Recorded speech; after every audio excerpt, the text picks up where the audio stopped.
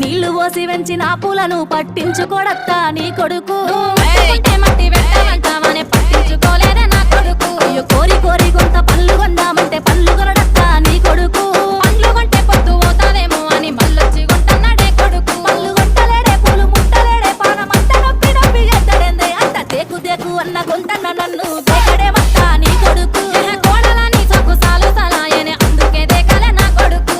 తర్వాతనే నాన్న